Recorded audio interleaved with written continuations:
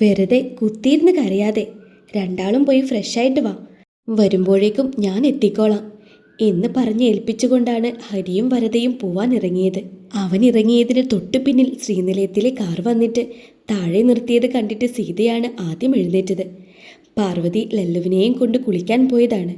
അർജുനകത്തും ആദിക്കും സിദ്ധുവിനുമൊപ്പം സുധീഷ് കൂടി വന്നിരുന്നു. ബാക്കി പ്രജകൾ വെറുമൊരു വേലക്കാരിയുടെ സങ്കടം അന്വേഷിച്ചു വരാൻ മാത്രം ഹൃദയവിശാലതയുള്ളവരല്ലായിരുന്നല്ലോ.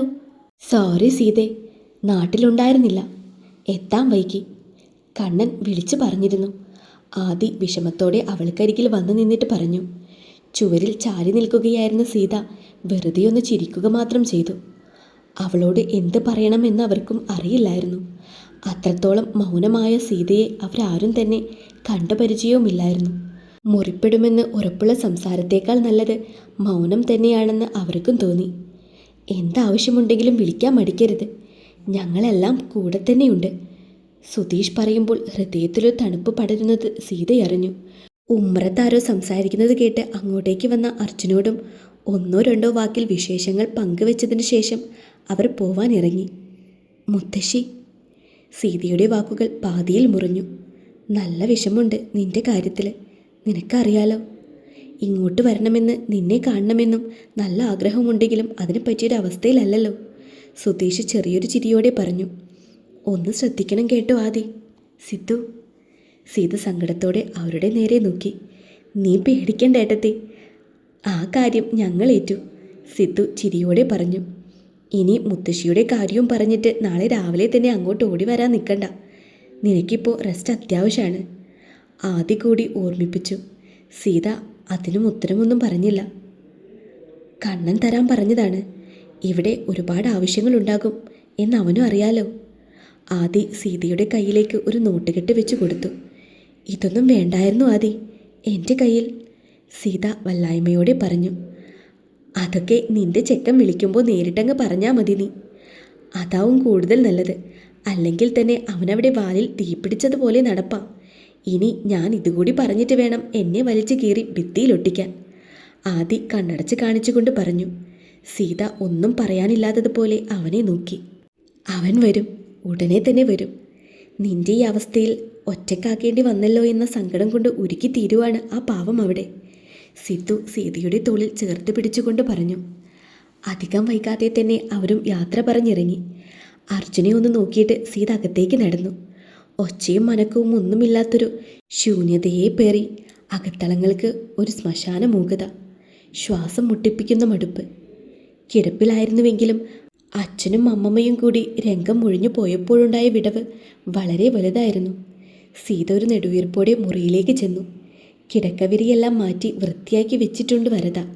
പോകും മുന്നേ അവിടെയെല്ലാം തൂത്തുവാരിയിട്ടാണ് പോയത്. ചുവരിലെ ആണിയിൽ കുരുക്കിയിട്ട ബാഗ് വലിച്ചെടുത്തുകൊണ്ട് സീത കയ്യിലെ കാശ് അതിലേക്ക് തിരുകി. ഫോൺ എടുത്ത് നോക്കുമ്പോൾ അതിലേക്ക് ഒരുപാട് പേര് വിളിച്ചിട്ടുണ്ട്. എടുക്കാത്തതിൻ്റെ അടയാളപ്പെടുത്തലോണം ദേഷ്യം പിടിച്ച പോലെ ചുവന്നു പോയ പേരുകളും നമ്പറുകളും. അച്ഛൻ്റെ കാര്യം അറിഞ്ഞിട്ട് വിളിച്ചതാകും.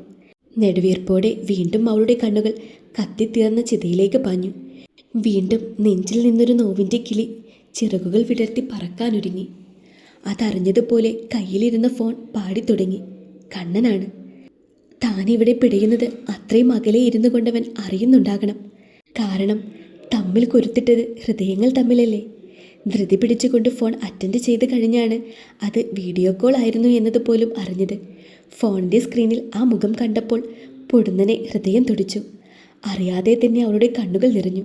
അവനിൽ ചേർത്ത് നിൽക്കാൻ കുതിക്കുന്ന മനം. ലച്ചു, ആർദ്രമായി വിളിക്കുന്നു. തൻ്റെ വാക്കുകൾ അത്രയും ആ മിഴികൾ ഏറ്റെടുത്തതുപോലെ. എനിക്ക് നിൻ്റെ അടുത്തേക്ക് ഓടി വരാൻ തോന്നുന്നു ഈ സങ്കടം കാണുമ്പോൾ. കണ്ണൻ്റെ പതിഞ്ഞ സ്വരം. സീതയുടെ കണ്ണുനീർ കവളിലേക്ക് കുതിച്ചു ചാടി. എനിക്കും കാണാൻ തോന്നുന്നു, ആ നെഞ്ചിൽ ചേരാൻ തോന്നുന്നു. അവൾ പതിയെ പറഞ്ഞത് കേൾക്കെ കണ്ണൻ മിഴികൾ ഇറുക്കി അടച്ചു കളഞ്ഞു. ഒന്നും ചെയ്യാനാവാതെ പ്രിയപ്പെട്ടവർ കൺമുന്നിൽ സങ്കടം കൊണ്ട് പിടയുന്നത് കണ്ടു നിൽക്കുന്നതിന് ഭയങ്കര വേദനയാണെന്ന് അവൻ ആ നിമിഷം അറിഞ്ഞു. ഞാനൊരു നല്ല മകളല്ലായിരുന്നു അല്ലേ കണ്ണേട്ടാ? ഹൃദയം പിടച്ചുകൊണ്ട് അവളുടെ ചോദ്യം. നിറഞ്ഞു നിൽക്കുന്ന കണ്ണുകളിൽ അവനൊരു നിമിഷം നോട്ടം കുരുത്തു. അച്ഛൻ തെറ്റ് ചെയ്തിട്ടുണ്ട്, പക്ഷേ പക്ഷേ എനിക്കത് ഓർക്കുമ്പോൾ എപ്പോഴും ദേഷ്യമായിരുന്നു. അതുകൊണ്ട് എന്ത് പറഞ്ഞു തുടങ്ങിയാലും ഞാനൊടുവിൽ അച്ഛനത് കേൾക്കുന്നത് ബുദ്ധിമുട്ടാണെന്ന് എനിക്കറിയാഞ്ഞിട്ടും പിന്നെയും പിന്നെയും അത് തന്നെ ഞാൻ ചെയ്തു. സീത ആഞ്ഞ് ശ്വാസം എടുക്കുന്നുണ്ട്. ഇപ്പോൾ കുറ്റബോധം പേറിയുള്ള ആ കിടപ്പ്, ആ നോട്ടം, അതെന്നെ കൊല്ലുന്നത് പോലെ. ഞാനും അച്ഛനും തമ്മിൽ വലിയ വ്യത്യാസമൊന്നും ഇല്ലാത്തതുപോലെ ആയില്ലേ? സീത വീണ്ടും വിളറിയ ചിരിയോടെ പറഞ്ഞു. സങ്കടപ്പെടാൻ വേണ്ടി മാത്രം ഇങ്ങനൊന്ന് ആലോചിച്ച് കൂട്ടല്ലേ എൻ്റെ പെണ്ണെ. നോവുന്നത് എനിക്കാണ്. കണ്ണൻ്റെ സ്വരം നേർത്തു. ഞാൻ കണ്ടതിൽ വെച്ച് ഏറ്റവും നല്ല മകളാണ് എൻ്റെ ഈ ദുർഗാലക്ഷ്മി. ദേഷ്യമുണ്ടെന്നിരിക്കെ തന്നെ നീ നിൻ്റെ കടമകളൊന്നും തന്നെ മറന്നിട്ടില്ല. ആ അച്ഛൻ അഭിമാനത്തോടെ ഓർത്ത് കാണും നിന്നിലെ മകളെ. കാരണം നീ എത്ര ബുദ്ധിമുട്ടിയാലും യാതൊരു കുറവും വരാതെ തന്നെ ആ അച്ഛനെ വേണ്ട വിധം പരിചരിച്ചിട്ടുണ്ട്. പിന്നെയും എന്തിനാ ഈ സങ്കടം? കണ്ണൻ ചെറിയൊരു ചിരിയോടെ പറഞ്ഞു. ഞാനും എൻ്റെ ഫ്രണ്ട്സും പിന്നെ ഇവിടുത്തെ ഹോസ്പിറ്റലിലെ മാനേജ്മെൻറ്റും മുഴുവനും അന്വേഷിച്ചു നോക്കുന്നുണ്ട്. എനിക്ക് പകരം ചാർജ് എടുക്കാൻ പറ്റിയൊരാളെ കിട്ടിയ അടുത്ത നിമിഷം കണ്ണേട്ടൻ നിൻ്റെ അരികിലുണ്ടാകും. സീത ചിരിയോടെ അവനെ നോക്കി. എല്ലാവരും പോയോ? കണ്ണൻ ചോദിച്ചു. ഹരി എവിടെ? വീട്ടിൽ പോയി. ഭക്ഷണം എടുത്തിട്ട് വരാമെന്ന് പറഞ്ഞു. സമയം പോലെ മുത്തശ്ശിയൊന്ന് വിളിക്കണേ നീ. ഇന്ന് ആൾക്ക് ഒട്ടും വയ്യെന്ന് പറഞ്ഞു ആദ്യം വിളിച്ചപ്പോൾ. കണ്ണൻ പറഞ്ഞത് കേട്ട് സീതയുടെ കണ്ണിൽ വീണ്ടും സങ്കടം നിറഞ്ഞു.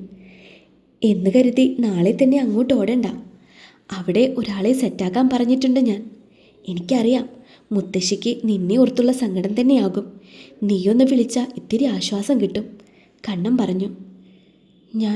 ഞാൻ വിളിച്ചോളാം കണ്ണേട്ടാ. അവനൊന്ന് മൂളി. അതിനിടയിൽ അവനെ ആരോ വിളിക്കുന്നത് പോലെ തോന്നി സീതയ്ക്ക്. അവളുടെ നെറ്റി ചുളിഞ്ഞു. ടീ ബ്രേക്ക് ആയിരുന്നു. ഇന്ന് നല്ല തിരക്കുള്ള ദിവസമാണ്. ഇതുവരെയും ഫ്രീ ആയിട്ടില്ല. അവളുടെ മനസ്സറിഞ്ഞതുപോലെ കണ്ണൻ പറഞ്ഞു. ഞാൻ കട്ട് ചെയ്യണോ? സീത ചോദിച്ചു. വേണ്ടെന്ന് അവൻ തലയാട്ടി കാണിച്ചു. അവൻ്റെ ടേബിളിൽ അവൾക്ക് കാണാവുന്ന ഒരിടത്ത് ഫോൺ വെച്ചിട്ട് അവൻ വീണ്ടും റെഡിയായി. അരികിലേക്ക് വരുന്ന രോഗികളോട് വളരെ അലിവോടെ ആർദ്രതയോടെ പെരുമാറുന്ന അവനിലെ ഡോക്ടറെ അവൾ സ്നേഹത്തോടെ നോക്കി. എത്ര കാര്യമായിട്ടാണ് അവൻ അവരോട് ഓരോന്ന് സംസാരിക്കുന്നത്. മനസ്സിലെ സംഘർഷവും പകലത്തെ അലച്ചിലും കൊണ്ട് തളർന്ന അവളെ ഉറക്കം പിടികൂടാൻ തുടങ്ങിയിരുന്നു. കട്ടിലിലേക്ക് കിടന്നിട്ട് അവൾ ആ ഫോണിലേക്ക് തന്നെ നോക്കി. ഹൃദയം നിറയുന്നൊരു താരാട്ട് പോലെ പ്രിയപ്പെട്ടവൻ്റെ സ്വരം ഇടയ്ക്കിടെ അവളെ നോക്കി കണ്ണടച്ച് കാണിക്കുന്നുണ്ട്. ആ കാഴ്ചകൾ കണ്ടുകൊണ്ട് തന്നെയാണ് അവൾ ഉറങ്ങിപ്പോയത്. കിടന്നോട്ടെ, വിളിക്കണ്ട പാറു. സീതയെ വിളിച്ചുണർത്താൻ തുനിഞ്ഞ പാർവതി പിറകെ വന്ന ഹരി പറഞ്ഞത് കേട്ട് കൈ പിൻവലിച്ചു. വരദയും കൈമൾ മാഷും കൂടി വന്നിട്ടുണ്ട് അവനൊപ്പം. അവർക്കുള്ള ഭക്ഷണവുമായി വന്നതാണ്. നീ അർജുനെയും മോളെയും വിളിച്ചിട്ട് വന്ന് കഴിക്കേ. അവൾ ഉണരുമ്പോൾ കഴിച്ചോളും. ക്ഷീണം കൊണ്ട് ഉറങ്ങിപ്പോയതാകും. ഇന്നേരം വരെയും കിടന്നു ഓടുകയല്ലായിരുന്നോ? ഹരി സീതയെ അലിവോടെ ഒന്ന് നോക്കിയിട്ടാണ് പറഞ്ഞത്. പാർവതി ഒന്നും പറഞ്ഞതുമില്ല, അവനോടൊന്നും മിണ്ടിയതുമില്ല. ഹരിക്ക് അവളുടെ ആ ശ്വാസം മുട്ടൽ മനസ്സിലായിരുന്നു. അതുകൊണ്ട് തന്നെ തൻ്റെ ഒരു നോട്ടം കൊണ്ട് പോലും അവൾക്കൊരു ബുദ്ധിമുട്ടുണ്ടാകരുത് എന്ന് ഓർത്തുകൊണ്ട് അവൻ തിരിഞ്ഞു നടന്നു. ഉറക്കമില്ലാത്തൊരു രാത്രി സമ്മാനിച്ച എല്ലാ ചടപ്പോടും കൂടിയാണ് സീത പിറ്റേന്ന് എഴുന്നേറ്റത്. പാറു തട്ടി വിളിച്ചുകൊണ്ട് ഉണർത്തുമ്പോൾ സമയം രാത്രി 10 മണിയോളമായിട്ടുണ്ട്. ക്ഷീണം കൊണ്ട് വീണ്ടും അടഞ്ഞു പോകുന്ന കണ്ണുകളെ വളരെ പണിപ്പെട്ടാണ് വലിച്ചു തുറന്നത്. എഴുന്നേറ്റ് വന്നേ, ഇനി വല്ലതും കഴിച്ചിട്ട് കിടന്നു, സമയം കുറേയായി. പിന്നെയും ചുരുണ്ടുകൂടാൻ തുടങ്ങിയതും അവൾ വലിച്ചെഴുന്നേൽപ്പിച്ചു. കുളിച്ചു വന്നിട്ട് ഭക്ഷണത്തിന് മുന്നിൽ വന്നിരിക്കുമ്പോൾ വീണ്ടും മനസ്സിലൊരു വിങ്ങലുമായി ഒപ്പം കൂടിയിരുന്നു. തിരിച്ചു കിട്ടാനാവാത്തൊരു ശൂന്യത ഒന്നാകെ പൊതിയും പോലെ. ഹരി വഴക്ക് പറയാൻ തുടങ്ങിയതോടെ അവന് വേണ്ടിയെന്നോണം ഇത്തിരി വാരിക്കഴിച്ചു. പിന്നെയും ഏറെ നേരം കഴിഞ്ഞാണ് ഹരിയും വരദയും കൈമൾ മാഷും കൂടി പോവാൻ ഇറങ്ങിയത്. നിർബന്ധിച്ച് പറഞ്ഞയച്ചു എന്ന് വേണം പറയാൻ. കൂട്ടിനാളുണ്ടെങ്കിലും ഇല്ലെങ്കിലും വേദനിക്കുന്ന ഹൃദയവുമായി ഇരിക്കേണ്ടി വരുമെന്നത് ഉറപ്പാണ്. അച്ഛൻ്റെ മുറിയിൽ കയറി വീണ്ടും കട്ടിലിൽ ചുരുണ്ടുകൂടി. നഷ്ടപ്പെടുമ്പോൾ മാത്രം വിലയുണ്ടാകുന്ന ബന്ധങ്ങളിലെ കുസൃതിയോർത്ത് വെറുതെ വിങ്ങി. ഒടുവിൽ പാർവതിയും അർജുനും കൂടി അവിടെ വന്ന് കിടന്നു. കുഞ്ഞുനാളിൽ അമ്മ പോയതിൽ പിന്നെ അച്ഛനെ പേടിച്ച് ഒരു മുറിയിൽ കെട്ടിപ്പിടിച്ച് കിടന്നത് ഓർമ്മ വന്നു. നീറി തുടങ്ങിയ മിഴികൾ.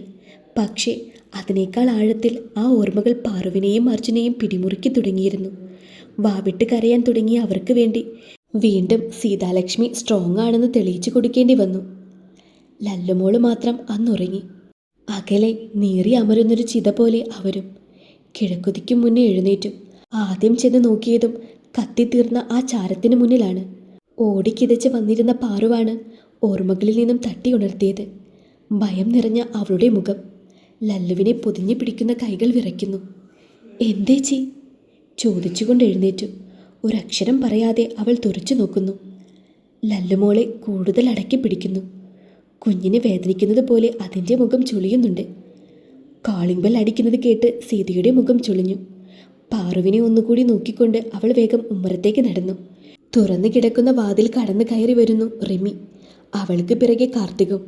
ഇവരെ കണ്ട് ഇവളെന്തിനെ പേടിക്കുന്നു എന്ന് ഓർക്കുന്നതിന് മുന്നേ അവൾക്ക് മുന്നിലേക്ക് വല്ലാത്തൊരു ശൗര്യത്തോടെ അധികാരത്തോടെ അവൻ കയറി നിന്നു. ഗിരീഷ്.